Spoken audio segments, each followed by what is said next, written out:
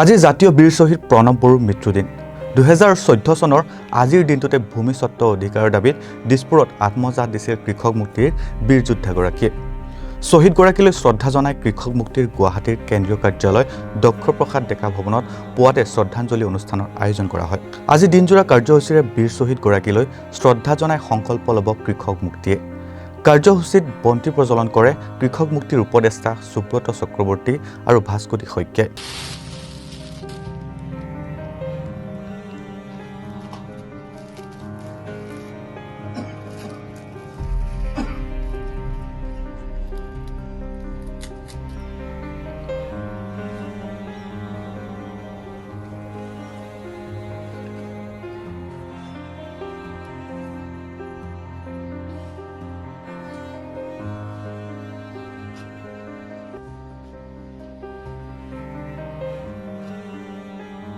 বীর শহীদ প্রণব বড়ো অমর হোক, অমর হোক, অমর হোক। বীর শহীদ প্রণব বড়ো অমর হোক, অমর হোক, অমর হোক। বীর শহীদ প্রণব বড়ো অমর হোক, অমর হোক, অমর হোক। বীর শহীদ প্রণব বড়ো তোমাকে মুখে মুখে চলো লাল চলো, লাল সালাম, লাল সালাম।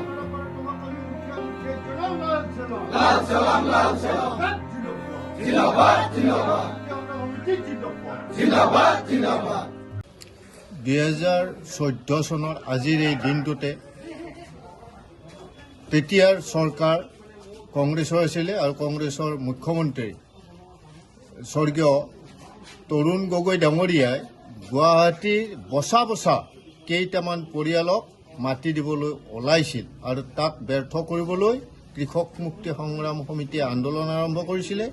আৰু তৰুণ গগৈয়ে দুখীয়া মানুহক মাটি নিদি পুঁজিপতি ধনিক শ্ৰেণীক যেতিয়া মাটি দিয়াৰ ব্যৱস্থা কৰিছিল, প্ৰণৱ বড়োৰ ভূমিপুত্ৰ এজনে সহ্য কৰিব পৰা নাছিল আৰু শেহতীয়াভাৱে প্ৰথমতে তেওঁ খানাপাৰা 6 মাইলত প্ৰতিবাদ জনাইছিল। তেতিয়া পুলিচৰ CRPFৰ গুলী লাঠিৰ কোব খাই তেওঁ ধৈৰ্য ধৰিব পৰা নাছিল আৰু অৱশেষত তেওঁ নিজকে আত্মবলিদান দি দধিচি মুনিৰ যি ৰূপ, দধিচি মুনিয়ে যেনেকৈ দেৱতাসকলক ৰক্ষাৰ কাৰণে নিজৰ প্ৰাণ ত্যাগ কৰিছিল, ঠিক একে পদ্ধতিৰেই তেওঁ নিজৰ প্ৰাণ ত্যাগ কৰি অসমীয়া জাতিৰ ভূমিৰ অধিকাৰ সাব্যস্ত কৰিছিল। অসমীয়া জাতিৰ কাৰণে, যাতে অসমীয়া জাতি বাচি থাকে, ভাষা বাচি থাকে, সংস্কৃতি বাচি থাকে, তাৰ কাৰণে অসমীয়াৰ হাতত মাটিৰ অধিকাৰ লাগিব আৰু তাৰ কাৰণে নিজকে নিজৰ আত্মবলিদান দি হ'লেও তেওঁ ৰক্ষা কৰিবলৈ চেষ্টা কৰিছিল আৰু কৃতকাৰ্য হৈছিল। তৰুণ গগৈৰ সেইদিনাৰ কাৰ্যসূচী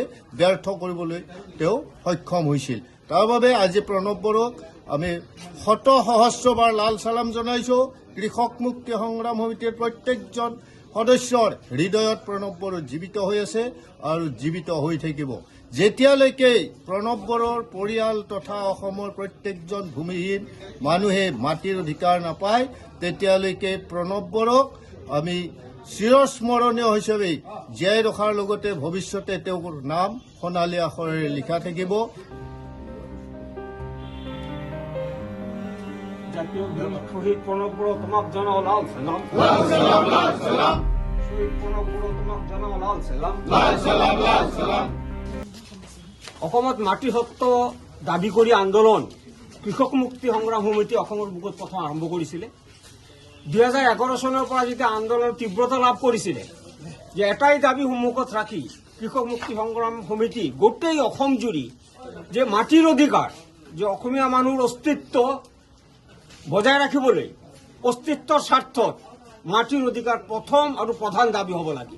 সেই আন্দোলনৰ উদ্বুদ্ধ হৈ প্ৰণৱ বড়ো আন্দোলনৰ আৰম্ভণিৰ পৰাই আগভাগ লৈছিলে আৰু এনেকুৱা পৰ্যায় গৈ পাইছিল যেতিয়া তেতিয়াৰ শাসকসকলে অসমৰ মানুহৰ মাজত মাটিৰ সত্ব প্ৰদান কৰিবগৈ বিভাজন সৃষ্টি কৰিব ওলাইছিলে, তেতিয়া সেইটো সহ্য কৰিব নোৱাৰা অৱস্থাত উপনীত হৈছিল প্ৰণৱ বড়ো। তেওঁ নিজৰ আত্মত্যাগেৰে তেওঁ অসমবাসীক জনাব খুজিছে যে এতিয়াও যদি অসমবাসী পিছ পৰি থাকে, মাটিৰ অধিকাৰ যদি কাঢ়ি নলয়, অসমত অসমীয়া হৈ জীয়াই থাকিব নোৱাৰে অসমবাসী। যে আজিৰ যিটো ৰাজনৈতিক প্ৰেক্ষাপট, তাত যদি আমি অলপ পৰ্যালোচনা কৰি আমি দেখা পাম প্ৰণৱ বড়ো যিখিনি কথা কৈ আত্মত্যাগ দিছে, বলিদান কৰিলে, সেইটো কিন্তু আজি জলজলকে পটপটকে আমি দেখা পাইছোঁ যে এতিয়াও সময় আছে যে অসমবাসী এতিয়া যদি প্ৰণৱ বড়োৰ যি আত্মত্যাগ, প্ৰণৱ বড়োৰ যি আদৰ্শ, তাত যদি আমি এতিয়াও নতুনকৈ আলোকপাত কৰিব নোৱাৰোঁ, অসমবাসী বা অসমক বা অসমীয়া ভাষাৰ বিলোপ আৰু বেছি দেৰি নাই। আজিৰ দিনটো কৃষক মুক্তি সংগ্ৰাম সমিতি তেওঁলোকৰ কাৰ্যনিৰ্বাহক পাতিছে। তেওঁলোকে নিশ্চয় আগামী দিনত যে প্ৰণৱ বড়োৰ যি গোটেই অসমবাসীলৈ যি বাৰ্তা দিব খুজিছিলে, এইটো আৰু শক্তিশালী ৰূপত তেওঁলোক আকাৰ দিব খুজিব। এইখিনি আশাৰে আজি উপস্থিত সকলোলৈ মই ধন্যবাদ জ্ঞাপন কৰিছোঁ।